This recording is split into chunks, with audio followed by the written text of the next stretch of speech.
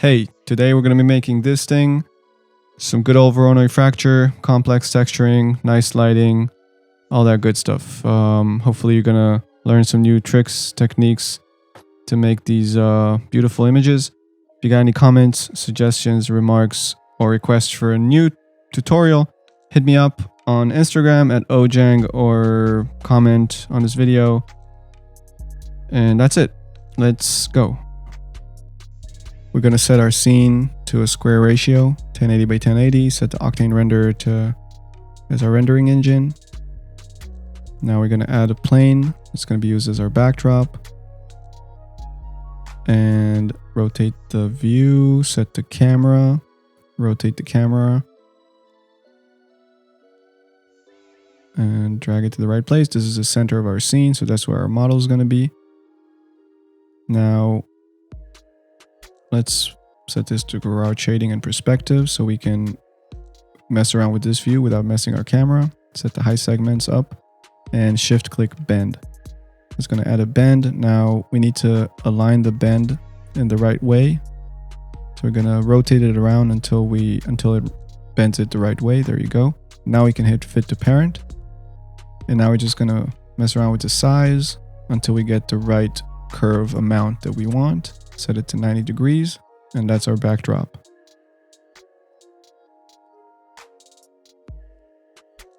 Now for this scene, we're going to use one of the models from 3dscans.com. A lot of great models here. They're pretty dense, but so maybe not good for animations, but they're amazing models that they have here for free. I use some of them, and you probably recognize some of them that became kind of classics, like this dragon one. But feel free to go and choose your favorite model. Once you did, drag it to Cinema. And we're going to need to align our axis. So for that, we're going to hit the L button. Rotate the axis so the Y axis aligns with the height of our model.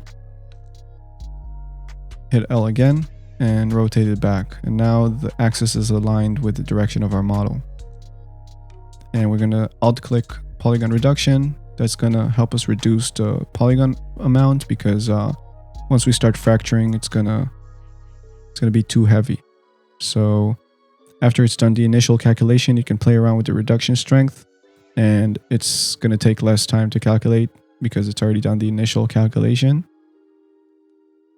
And it doesn't look like it lost a lot of details, which is really good. Let's mess around with the reduction strength to see how much detail it's lost, and it doesn't look like it did. So 40% reduction looks pretty much the same as the 90% reduction. Yeah, that's perfect. So we're going to choose that, bake it, and name our model. And we're just going to paste it into our scene. Make sure the scale is right. So this is a 2-meter cube. We want it half the size, which is 1 meter. So our model is going to be 1 meter in height. And it's always good to know your real life scale of your scene, because the light and the dynamics, they all work according to real life scale. So we're going to set the focal length to 80. Position our camera. Now let's hit Shift V, go to View, and set the opacity to 95. That made the sidebar darker so we can see our composition better. What's inside the frame. And we're going to set our kernel to path tracing. I have my own preset. You can make your own. 1024 max samples will be fine for this composition. And all the rest is okay. GI clamp is set to max 10. You can use 1 as well, but not more than 10. Static noise only applies to animations, but I always tick it. Highlight compression all the way up. That's going to preserve details in our highlights and enable denoising. Great. Now let's start lighting up our scene. So I'm setting a HDRI link on the Octane sky, dragging the file on the HDRI link, and launch browser and select your favorite HDRI. You can go to HDRI Haven. They got a lot of amazing free HDRIs. Now I don't want to light up the scene with the HDRI. I just want to fill up with some ambient light. So I'm going to really bring down the power to 0.1 and set 2 light sources, one from the top, one from the right side. The stronger one is going to be coming from the right side. So we're going to drag it all the way to the right and scale it way up. And that's going to be our main source. That's going to fill up our scene. And then for the top light, I just wanted to light it kind of like a rim, just a little bit at the top, just to accent on the edge. So we're going to go to details and set the area shape to disk, bring it all the way down, rotate it so it comes a little bit from the back. Now we're going to hide the camera visibility and decrease the size. We're going to decrease the strength of both of our lights. And as you can see, it's very lit up, and we don't want that. I want the left side to be shaded and the right side to be lit up. So this is a nicer look. I'm going for more of a dramatic type of lighting. So we're going to really bring down the power of our top light and scale it all the way down because it's still lighting up all this shaded area. And I just wanted to act as like a subtle rim light. I'm going to decrease the size even more. And this looks good. Now the shaded area is shaded and you still get that accent of the light coming from the back and the top. Let's just do it again. Let's compare the two. So this is without the HDRI and this is with. And as you can see, the HDRI kind of tints the shaded area with a little bit of blue. It's coming from the HDRI colors. And it's a bit too strong, so I'm just gonna bring it down even more. And now it's not lighting up the shadows as much as it's just filling up with a touch of ambient light, which is what I want. Now we're gonna select both lights and reduce the temperature to 5500. The lower the temperature, the warmer the light. The higher the temperature, the colder the light, so bluer. And 5500 is still natural light, but slightly warmer, as you can see. Now, I think it's time to texture. No, first of all, let's do Voronoi Fracture. So I'm gonna alt-click Voronoi Fracture, and immediately it's gonna fracture our object. Now we're gonna click that eye icon, so we don't see all those dots, and let's increase the point amount to 1500, which means 1500 pieces. As you can see, there's many pieces, but the problem with the Voronoi default look is that all the edges are linear. They're not irregular, they're very straight, and it's just kind of a less interesting look, less realistic, a bit too digital and defaulty. So what we're going to do is we're going to combine, you see this edge, we're going to combine a bunch of different pieces into one piece, which is going to give us a more irregular edge. And to do that, we're going to go to Geometry Glue, enable Geometry Glue, and then set the glue type to cluster. And that's going to take the 1500 pieces that we have and cluster them into 5 pieces, or whatever we set in the cluster amount. And that's a lot of calculations. So we're going to increase the cluster amount, and then you're going to see. This is a trick I learned from Rocket Lasso, who's a genius. And now you can see that we have 500 pieces that have these irregular shapes to them, which is way more interesting. But I think we can bring down the amount of cluster pieces, and it's going to give us even more irregular shape because it's going to take into account more pieces, combining into less pieces.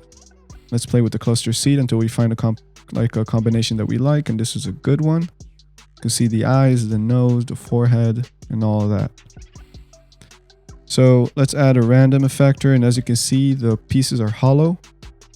To fix that, we're going to go to optimize and close holes in the object tab.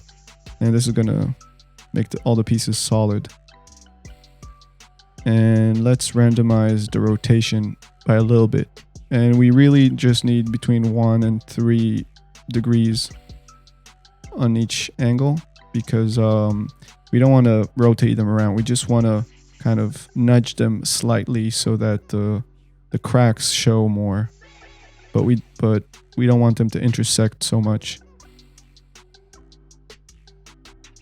And let's add a plane effector with a cone field, and that's just gonna help us lift up some of the pieces, which I felt might work for this.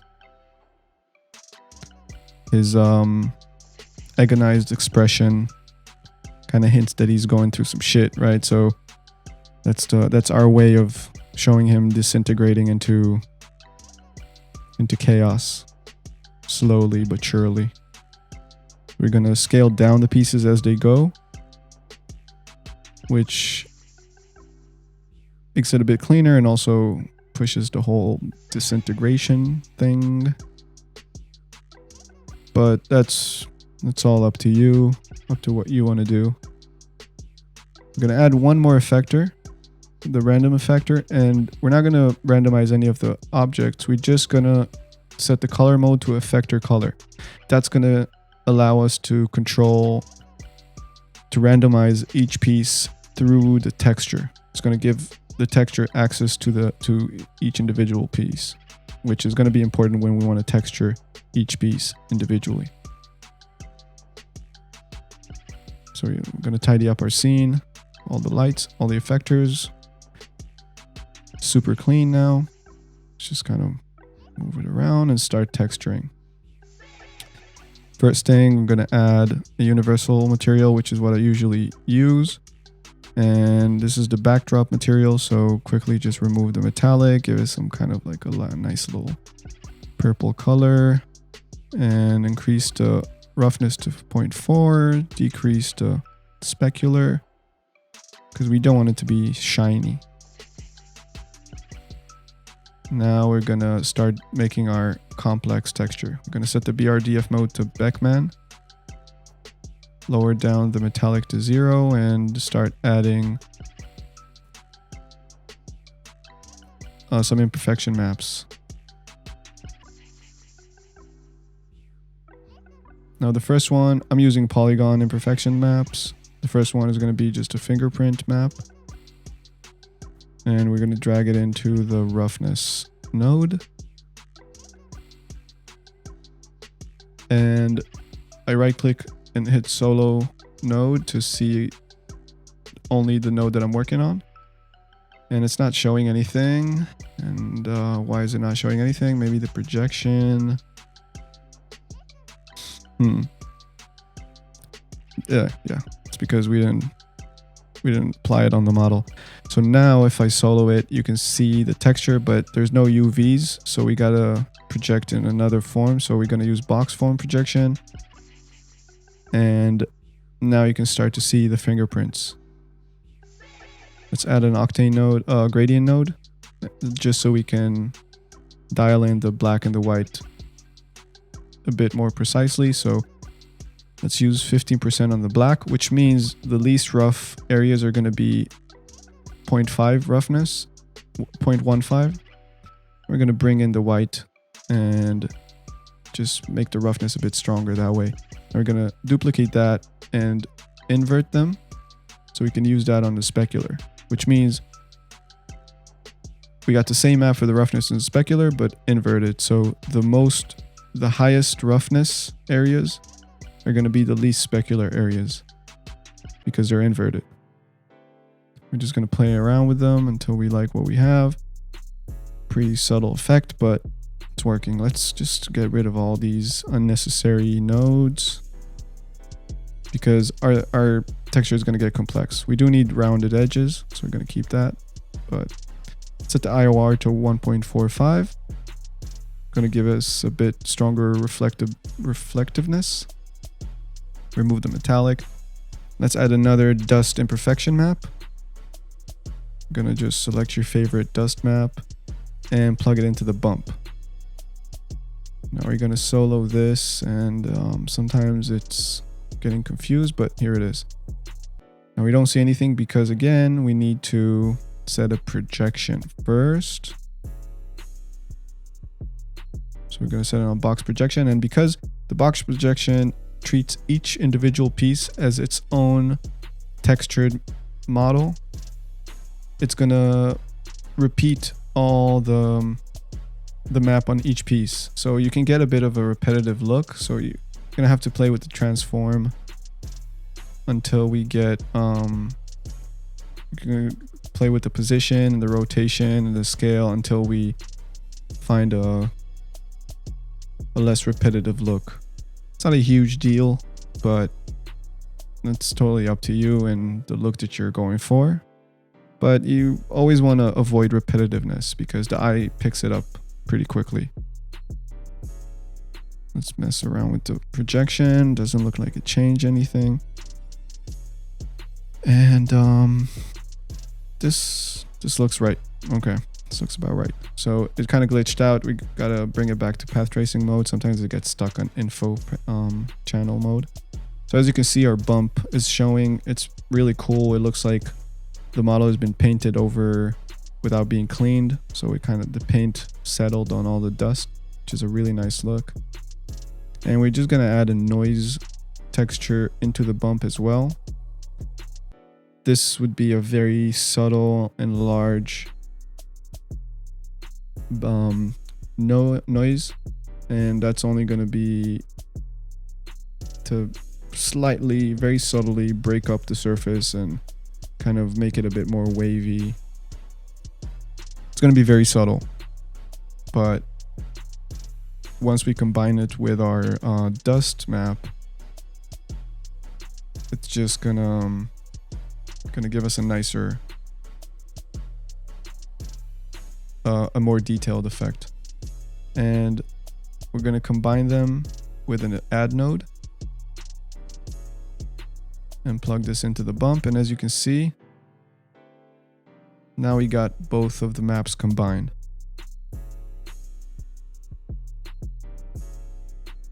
And this looks really cool.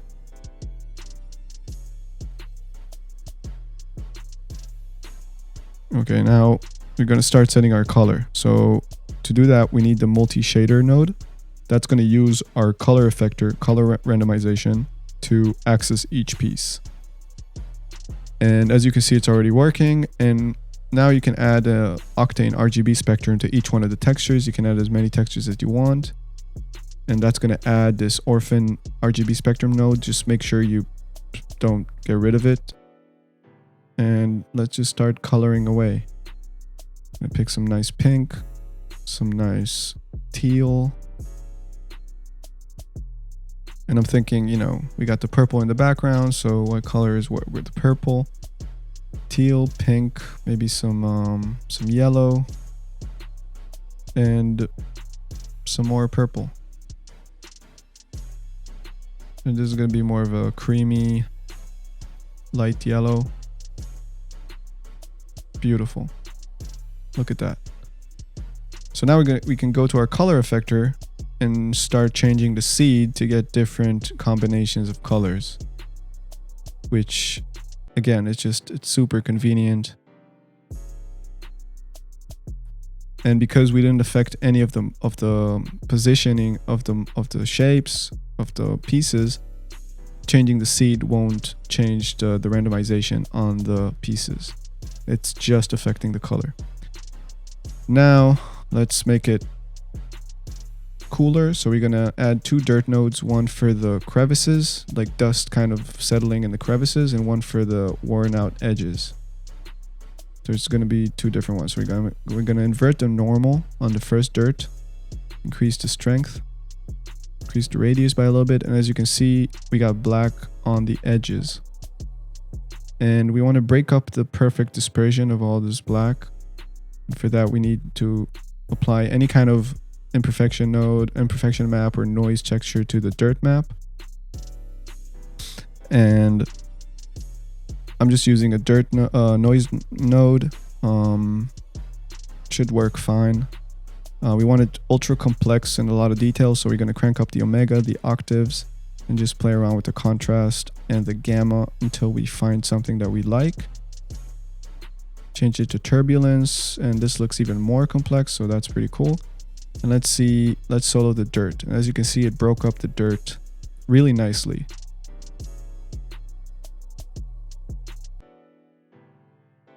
Now we want to combine this with the multi-shader. I'm going to use a mixed texture for that and plug the dirt into the amount, which means the black from the dirt map shows texture 1 and the white from the dirt map shows texture 2. So we're going to plug in an RGB spectrum to texture 1, just give it a light grayish yellow color. And now we're going to see our light yellow grayish color where the black from the dirt was. Again, plug in a gradient node and we can play around with the strength of our dirt node like that. As you can see, it's a really cool look. And let's make the dirt node a bit stronger. I'm increasing the details. I'm playing around with the noise dirt map to expose more of the dirt, and playing around with the gradient node. And all these things allow me to play around with the strength in different ways. And it's a really cool look. I really like it. Now we're going to use the second dirt node to control our crevices. As you can see, this is an inverted dirt node or a regular one, and that just focuses on all the deeper sections. And again, we're going to plug in the noise. We can use the same noise texture on the dirt map to break up, I guess, the perfection of it. And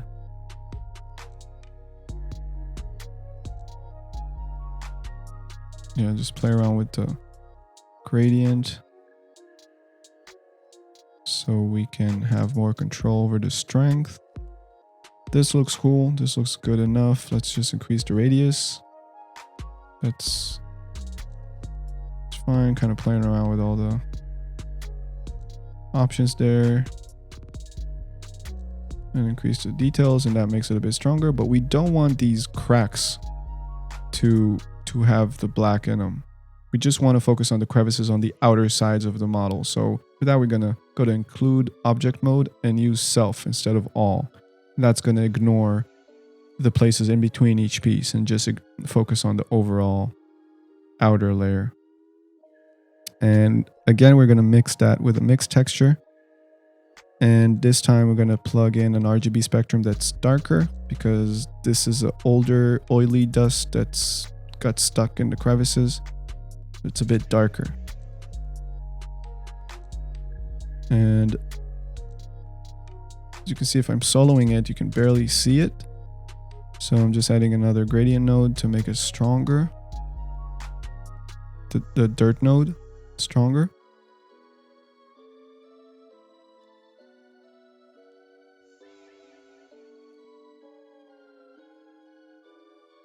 Yeah, and it's a really subtle look, but you can tell what it's doing. We're going to add our third imperfection map, and this is going to be the dust that kind of just settled on the surface. It's a newer dust, and for that you can choose any kind of dust or wiping imperfection map that you want. We're going to mix it, but this time we want the black to show the color system that we made and the white to show the dust color. So we're going to plug in the lighter RGB spectrum and then plug in the imperfection map to our amount. And let's see how this looks. We're going to solo this. Of course, we're going to plug in the texture projection. And there you have it. Now we're going to play around with it, move it around on the surface until we get the look that we want.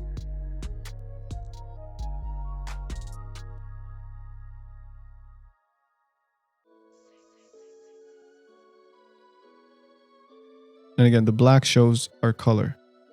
It's a majority black, but We can play around with the gamma, play around with the contrast of our image to expose more or less the dust.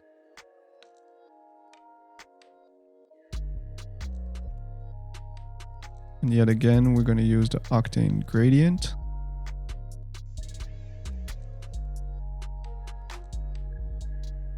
And I'm just exposing more of the white. And we can barely tell what we need to see. So let's set it on a very strong red color so we can tell more clearly how much it's showing. And as you can see, it's barely showing. It's only showing kind of the very strongest light white areas, which are kind of specked out. So if we decrease the gamma, you can see it exposes more of our dust layer, which is red now. So let's just choose another, a map that has a bit more gray in it and less stronger whites.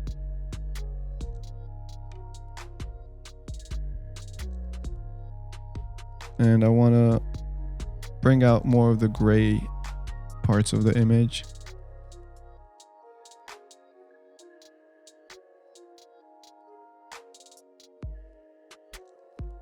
Bring back the color of the dust to a lighter cream grayish. And that's cool. I mean, it's really just a matter of adding a lot of subtle details that really enrich the image, right? So use a lot of subtleties to get richness rather than less strong moves. Use many weak moves or subtle moves.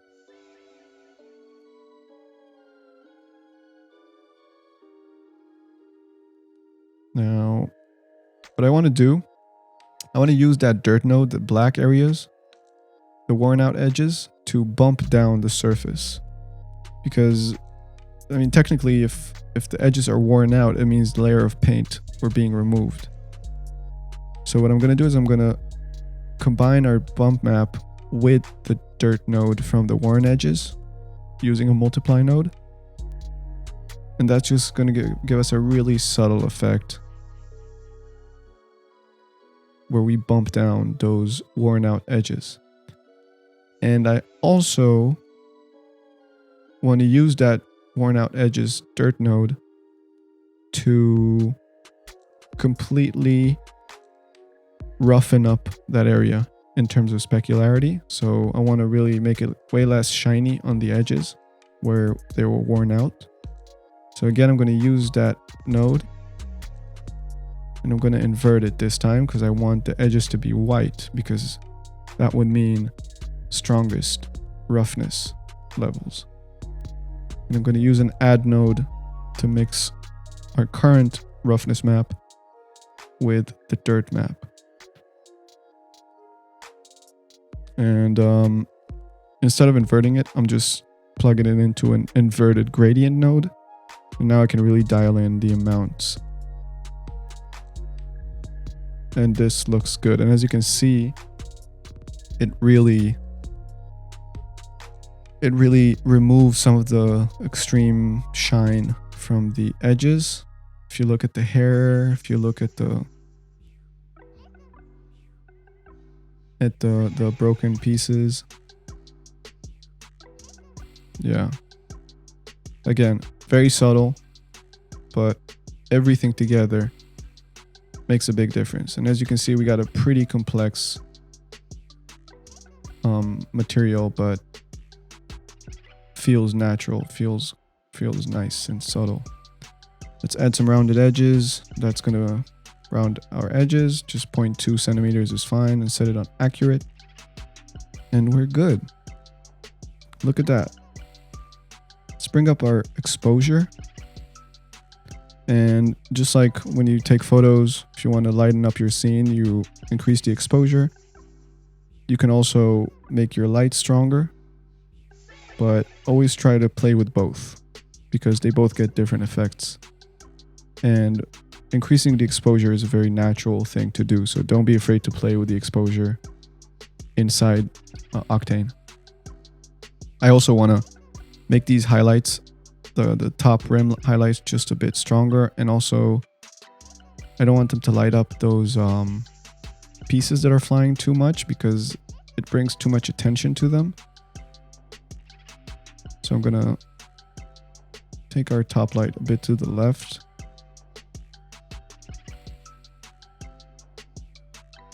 And I want the shaded part of the face to face the camera a bit more. So I'm going to rotate the camera, bring the backdrop a bit closer. Let's make the backdrop even less shiny. So I'm going to reduce the specularity. And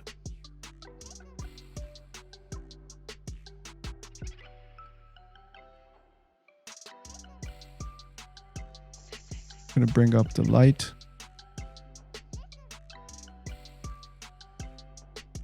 And reduce the specularity even more because we don't want that strong highlights in the back because they take attention. And I'm looking at the negative space of the image as its own shape whenever I'm thinking about my composition. Is the shape interesting? Does it hold the subject in a nice way? Is it balanced with the subject? That's a few things you want to think about when you compose your image. And again, the part that's facing us is the shaded part, which gives us a bit more mysterious, a bit more dramatic look, which fits his expression, it fits the vibe, and it looks better. So let's think about rendering. So I'm going to just name the files, set it the format on OpenEXR, enable passes, paste the name and add some indication that it's the passes, set the format to EXR Octane.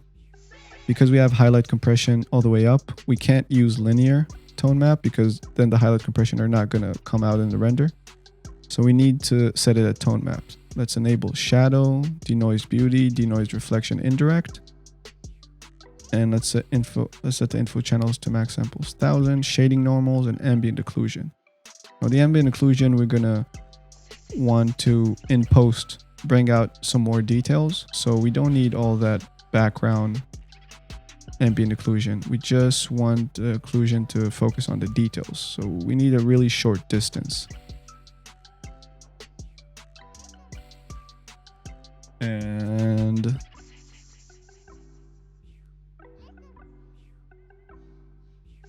the beautiful thing about this is that if I just drag in another random model, just align the axis real quick and paste it into our scene, because it's a procedural effect, both the textures and the fracture, I can just drag in, remove that texture and drag in, and we immediately have the exact same effect and same texture on a different model, and it would work with any model.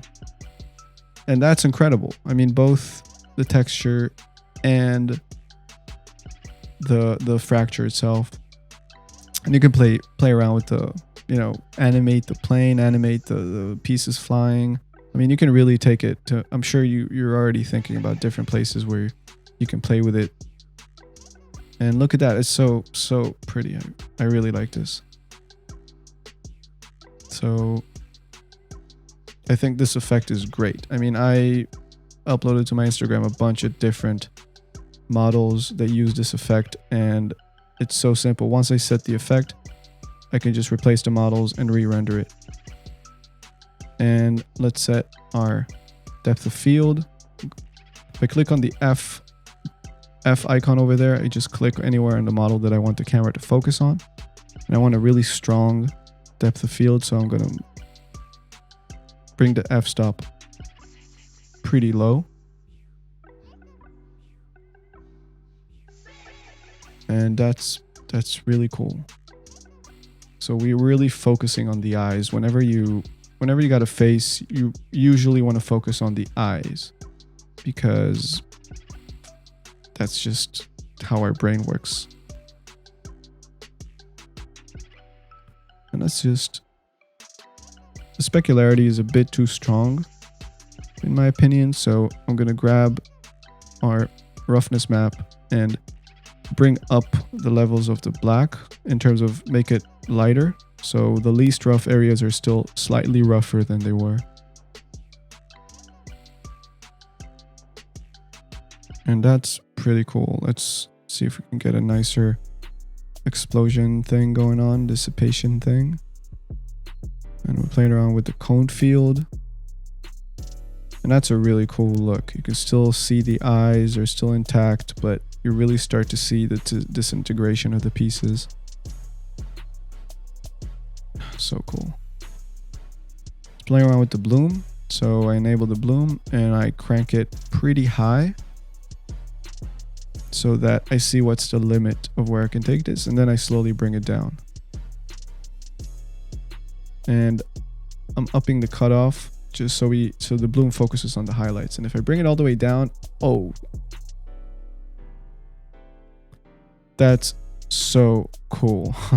I've never went so high, but if we up the cutoff almost all the way to the top, then it really only focuses that strong bloom on the highlights, and it's really a cool effect. It really gives us like a dreamy, it's almost like in contrast to his expression, right? So there's something in this fun colors and this dreamy bloom that comes in contrast with its agonizing pain. Now I want to add some debris. So I'm going to add a polygon, make it super small, duplicate it, make it triangular too. So we got two different types of polygons, and set it in the cloner. We're going to set the cloner to object. Let's try and see if the cloner field would work. No, let's just add a cone and align it with our cloner. I'm sorry, with the cone field of the planer. Of the plane. Oh my god, mixing up words. So what I'm doing now is I want to add very subtle, tiny debris that's flying where the pieces are flying. That's going to add a really subtle but super realistic and rich detail. And if I set the cone as the object for the cloner, it's going to clone all these tiny particles in the area of the cone. And let's give it some randomization. We're going to rotate all of them into different directions, randomize the scale, and play around with our cone area. I also added the color effector random to the cloner so that it'll also color each piece in a different color.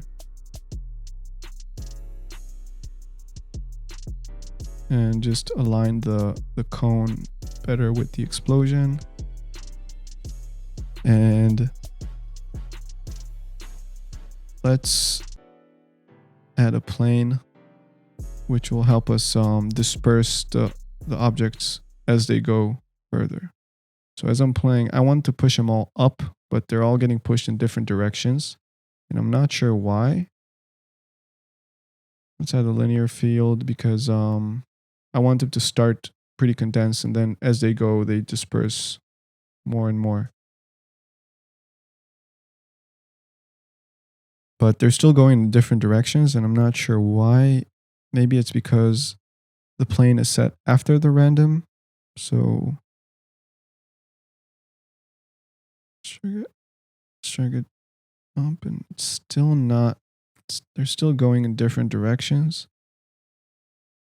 Maybe it's the align clone. Yes, and there you go. So I unticked the line clone, and now they're all going in the same direction. So now I can really tell them to push up. And with the linear field set to setting the contour of the linear field to being, is it stronger in the beginning or no? No, it's the other way. So the contour tells the effector to work less in the beginning And as the linear ends, it works more and more. So in the beginning of the linear field, they're still more tightened up together. And as the linear field goes, they're more and more dispersing. And again, we're going to just play around with their spread. We can really up the count.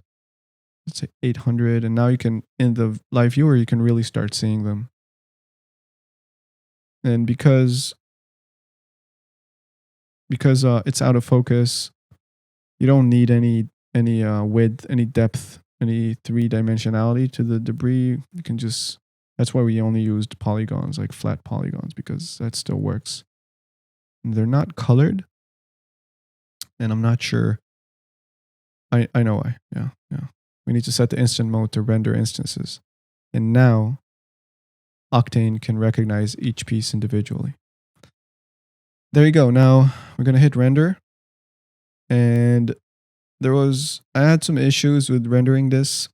It's a weird bug that maybe it's Octane, maybe it's Cinema. But as you can see, I tried to render it before, and sometimes it would just not render the Voronoi fracture. Not completely sure how I fixed it, but it sometimes happens with the volume builder. It sometimes happens with the Voronoi fracture. I tried to exit to restart, play around with different options there, just kind of cache it, or yeah, it just sometimes it worked, sometimes it didn't. I still encounter this problem. I'm not extremely sure how I fixed it, but try to restart, try to exit. It'll work at some point. So we're going to open up After Effects. We're going to bring up our renders.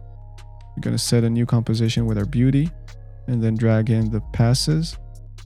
Now we're going to set the extractor plugin on the pass and then choose our denoised layer. And we're going to bring down the opacity to mix it in with the beauty a bit more because we don't want it to be too denoised and smooth. I'm going to duplicate it, set it to denoised reflections, set the blending mode to screen because we just want the brighter parts to blend in. Bring it down all the way to 25% opacity. As you can see, it just gives more definition to our reflections. Duplicate it again. And set it all the way to 100 so you can see what we're working with, and then test the shadow pass. Now the shadow pass became very noisy. I think it has to do with the HDRI. I'm not sure, but sometimes it happens and we can't use it. So we're going to use the ambient occlusion. And as you can see, we got all the tiny details, and we can use that as a matte layer for an adjustment layer. So we can add an adjustment layer. Let's quickly name all our layers.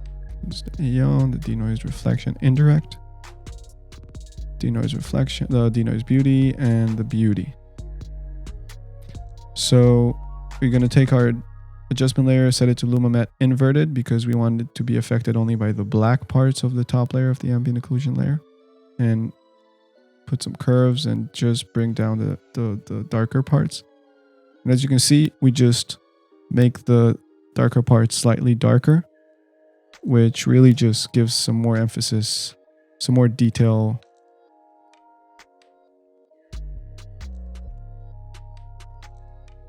And we're going to duplicate it and now set it to shading normal.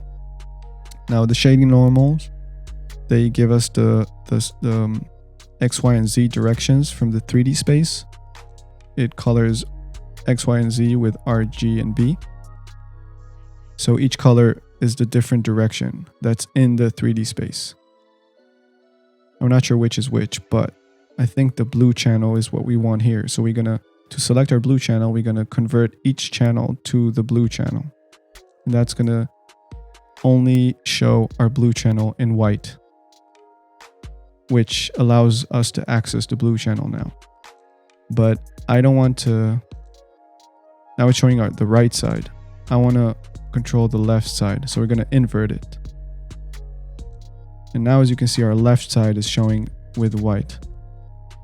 And there's a lot of gray here, so I don't want all that gray area. I just want the very accenty edges to be white.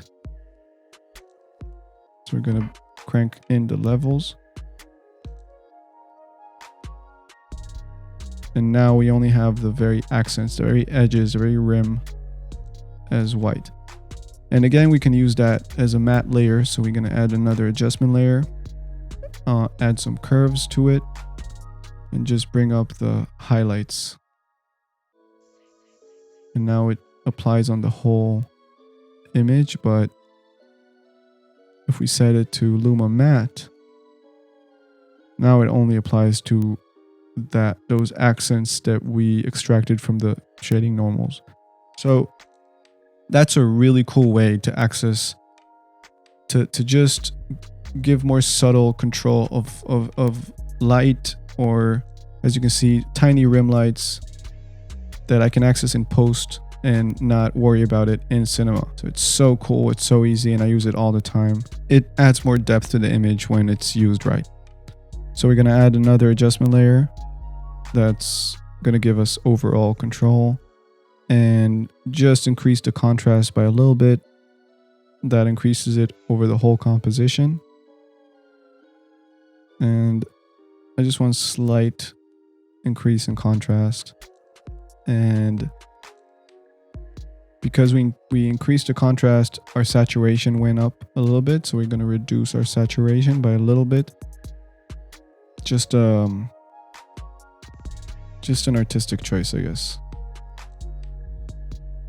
Make it a bit less strong. And that's it. All right, so this is our final image. Hope you learned something. Hope you can take some of these techniques with you, apply them on your own projects, whether it's textures, lighting, setting up a scene, thinking about composition, all that good stuff. If you have any comments, suggestions, questions, remarks on how to make these tutorials better, I'm more than open for anything. I'm still perfecting my process here, and I'm really trying to make these better and better and better. So comment on this video, subscribe, share this, hit me up on Instagram and follow me at Ojang. And most importantly, have a great fucking day. Peace.